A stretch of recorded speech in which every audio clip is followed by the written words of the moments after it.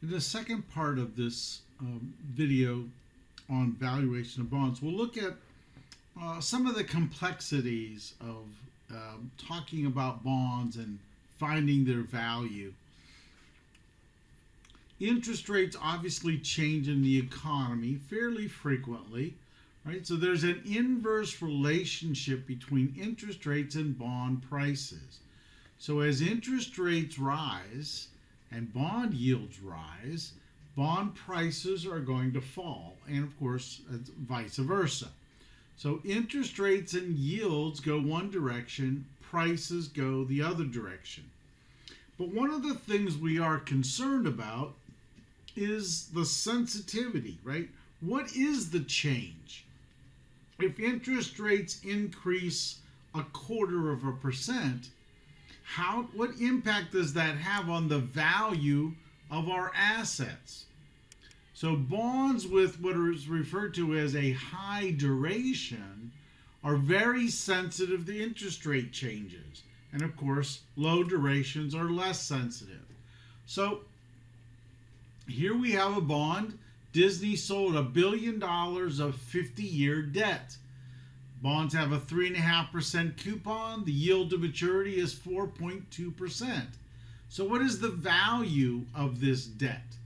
Well, the value of the debt is $854.64. If this bond is selling for $850, what is its duration? The duration is calculated here on the bond valuation worksheet. And we can see here that the modified duration is the number that we want. In this case, let me make it a little bit bigger so we can see it better on this video, right? You can see that the modified duration is 21.55. The bigger this number, the greater the sensitivity.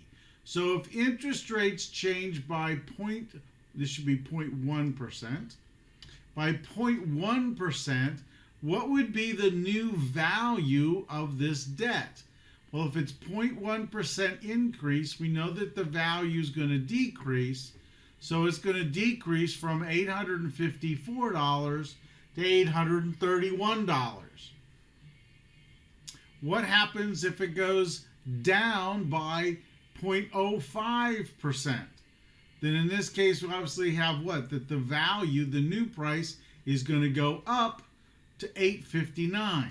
So again, duration helps us determine how sensitive bonds are to changes in interest rates. Just shifting gears a little bit, we want to talk about something called a yield curve. A yield curve provides us information about bonds. It provides us the current yield to maturity of bonds. Almost always the yield curve is based on government bonds, treasury bonds, at different maturity levels. So using the law of one price and yields for default-free zero coupon bonds, we can use this to calculate values of bonds of coupons. So here we have a coupon bond. Again, if this is a risk-free debt, it's going to pay $100 in coupons for 3 years, and the last year it's going to sell for $1,100. Well, the law of one price says that I can calculate this value slightly differently. What if I have a $100 zero coupon bond that matures in 1 year, another $100 zero coupon that matures in 2 years, and an $1,100 zero coupon bond that matures in 3 years? This investment strategy of 3 separate kinds of cash flows has the exact same cash flows as the coupon bond. So in this instance, what we would say is that the value of this strategy has to be exactly equal to the coupon bond up above. If we go to the yield curve and we find out that for certain, what's the yield to maturity for the next 4 years, We also can then calculate, since it's on a $100 face value, 0 coupon bonds, we can calculate the values. So a 3.5% coupon bond next year, yield to maturity 0 coupon bond, would sell for $96.62. So how can we plug this into our formula, right? So here we have a 1-year bonds, 96.62. The 2-year from the curve is 92.45. And of course, in the last year, it's 11 times 87.63, or $963.93. So the total cost would essentially be $11.53. Again, if we go back and look at the yields from this, from the yield curve, this is the yields moving forward. If you then calculate the present value of that bond, you'll also find that the bond has to sell at a value of $11.53. So the law of one price basically holds and shows that this coupon bond will sell exactly for what the bond strategy, the little portfolio we created, they'll sell for the exact same price because they are both of them 0 risk bonds and they have the exact same cash flows. So looking a little bit further in talking about bonds, there are 2 other kinds of returns that we might have an interest in calculating. The first one we want to talk about is something called a yield to call. Bonds or corporations will frequently want to refinance their debts. In financial services terminology, for bonds, this is what's referred to as refunding. We're going to have to issue a new bond issue at lower coupons and replace that into the old issue. There is something in the bond contract, right? In the contract with the bond, the indenture agreement. There's something in that contract that tells us what this price will be. Typically, it's 1 year's interest, 1 year's coupon, and par value. The other return that we might be interested in is, what if we have a specific time frame that we're investing for? So we have a debt that's due in 12 years. So we want to borrow enough money today so that when it matures in 12 years, we'll be able to take that money and pay off this liability in the future. So for this particular bond that we've been following, it's a 9% coupon bond, required returns 10% with 20 years. It's currently selling for $900. The current value is $914, so this is a good bond. We'd like to buy this bond today. And its yield to maturity is 10.19%. Now, if we go down and we look at the call premium, again, is the par value plus 1 year's coupon, $1,090, and it's going to mature, or it's going to defer for the next 5 years. The yield to call was 13.24%. Now, the only way for this bond to go from $900 to $1,090 is for interest rates to drop. So if interest rates drop far enough, the price will rise high enough that it actually would exceed this $1,090. That would trigger the company's calling of this debt so that it can refinance. In addition, we can estimate that in 10 years, this bond will have a price of $1,098. If that's when we expect to sell this issue, what return would we earn on this 10-year investment? So that's what's referred to as the realized yield to maturity. In this case, it's 11.3%. So for this particular bond, we probably don't want to hold it much longer than 10 years. At 10 years, we'll actually earn almost 1.2% more if we sell it in 2 years than if we keep it for another 10 years.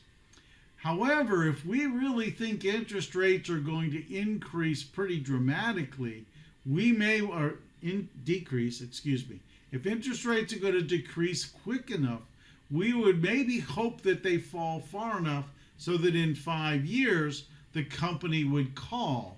In that case, we'd actually earn 13.24% on our debt. So now, let's continue getting into some more complexity, right? What happens when you invest in corporate bonds instead of government bonds? Since corporate bonds are obviously issued by corporations, we now have the risk of default. The government won't default on its debt, but corporate bonds can default. So investors are going to pay less for bonds that have credit risk than they would for a default-free bond. Since credit risk implies, again, higher risk is going to decrease the value of the bonds. So the yield of bonds with credit risk are obviously going to be higher than those that have debt-free or default-free types of cash flows. So what do we have when we think about default? Let's assume we have something referred to as certain default. When computing the yield for a bond that has certain default, right, the promised yield that the promised cash flow, right, is going to be less, right, than what the actual cash flow is. So if you're going to receive less than what it is, then the yield to maturity is not going to be the same as the expected is. So the yield to maturity will actually be less. So let's see how this might work. With the risk of default, consider we have a 1-year, $1,000 zero coupon bond. Assume that the payoffs are uncertain. There's a 50% chance that the bond's going to repay its face in full, and there's a 50% chance that the bond's going to default and you'd only receive $900. Therefore, you're expecting to receive $950. So again, 950 is 50% of 1,000 plus 50% of 900. If you plug this into the formula, you would see that the uncertainty, right? Because it's uncertain, you want a higher return. You're going to want a 5.1% yield on this bond because of its uncertainty. So if the discount rate was 3.5%, that is, if the price, if there was no chance of default, the value of this bond would be $966. The price of this bond with default, though, is $903. So you're going to receive something much less than the $966. And indeed, if you plug in that $903.90 into the yield to maturity formula, you're actually going to earn 10.63%, which is obviously a higher yield than the 5.1 that you thought you were going to receive with the potential of default. So this concept of default risk, right? A bond's expected return is going to be less than the yield to maturity if there's a risk of default, right? A higher yield to maturity doesn't imply that the bond's expected return is higher. I mean, what does that actually mean? What does that tell us? The return that you receive is adjusted for the chance of default, right? So what you expect to get is different from what the yield to maturity is, because there is the potential that you won't get the actual cash flows stated in the bond contract. So we need to have a way to analyze this.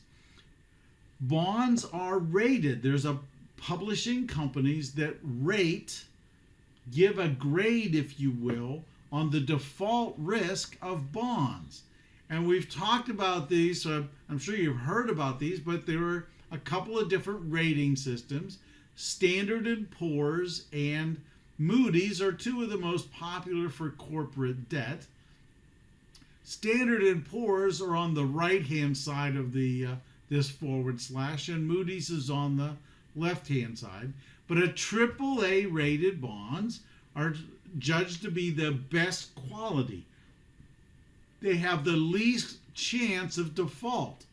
As we go down this list, we're going to move into bonds that have greater chance of default. In fact, CCC bonds may actually already be in default, right? CC bonds are highly speculative, and D bonds are actually in default. So what we need to talk about is how do we evaluate this credit risk when we have such a wide variety of qualities of debt? The credit spread is one way that we can evaluate this. And the credit spread is just the difference in yield between corporate bonds and treasury yields. However, when you think about this, right, there are different categories, if you will, of corporate bonds. So the yellow line here represents the yield curve for United States Treasury securities. The blue are United States industrials that are AAA rated. And again, what you can see is that over time, this yield expands. It gets greater and greater as time goes on. We also have the green line here, which is the difference between AAA and A. And what you can see is obviously it is expanding, but if you really look the difference between AAA and A, the difference here seems to be fairly stable. So again, what we can find is what? As chances of default increase, the yields that are expected by the investing public also increase. And we can see that this has been fairly stable over time. However, even when there have been times of great volatility in the interest market, again, this is the time of the mortgage crisis from 2008 to 2010, we can see that although they are certainly different in magnitudes, the actual shapes of the curves are fairly standard, right? They seem to follow over time. Higher risk things are going to have higher yields than lower risk things. We can talk about not necessarily our government bonds, but what about the bonds issued by national governments, right? United States treasuries are considered to be default free, but all sovereign bonds are not default free. Greece, for instance, defaulted on its outstanding debt in 2012. So the importance of inflation, political risks, etc., all of these things have an influence on not just the yield to maturity that you expect to get from a foreign government bond, but on the actual amount of debt that you expect to get or that you would receive given potential for default. In the end, we want to talk about what's referred to as interest rate risk. Interest rate risk is what happens to values of debt, to the values of debt portfolios when interest rates change. There are two parts to interest rate risk. The first part is called price risk. Price risk is the change in price due to changes in interest rates. Long-term bonds have more price risk than short-term bonds. When interest rates go up, bond prices go down, and they go down very quickly, almost immediately. So long-term bonds are more sensitive they'd have higher duration, if you will, than short-term bonds. And low coupon bonds have more price risk than high coupon bonds. So we can look at sensitivity with respect to this price risk. The other kind of interest rate risk is called reinvestment rate risk. This talks about the uncertainty of future interest rates at which future cash flows can be reinvested. If interest rates are rising over time, future cash flows can be reinvested at higher rates of returns. Short-term bonds have more reinvestment rate risk than long-term bonds, and high coupon bonds have more reinvestment rate risk. The challenge with this is that when interest rates change, let's say when interest rates go up, price risk is going to have a negative effect. Prices will go down, but reinvestment rate risk will go up. Whenever interest rates change, both of these risks will have an impact on the value of a bond. One happens immediately and the other takes time. Now, when you're thinking about an individual bond, this is not something that we necessarily are concerned about. But if you have a huge bond portfolio, if you have hundreds of bonds in a bond portfolio, how interest rates change and the impact on the wealth and value of that portfolio when interest rates change is substantial. So we have a technique of something that's called immunization. All right? So let's think of, here's the concept we want to think about. What happens to assets as interest rates change? Well, if interest rates go up, the value of assets goes down. If assets are negatively related to debt, but to liabilities, but have differing duration, what happens? Since they have differing duration with respect to interest rate changes, they're going to move at different rates. The idea here is if interest rates if interest rates rise quick enough, the change in debt is going to, if interest rates are going up, then asset values are going down, but bond liability values are going up. That means debt is going to eat away at the equity of the company. This is what happened in the 80s when there was such a huge change in interest rates. Many savings and loan companies couldn't survive because they couldn't deal with the loss of equity because of the expanding values of the debt on the right-hand side.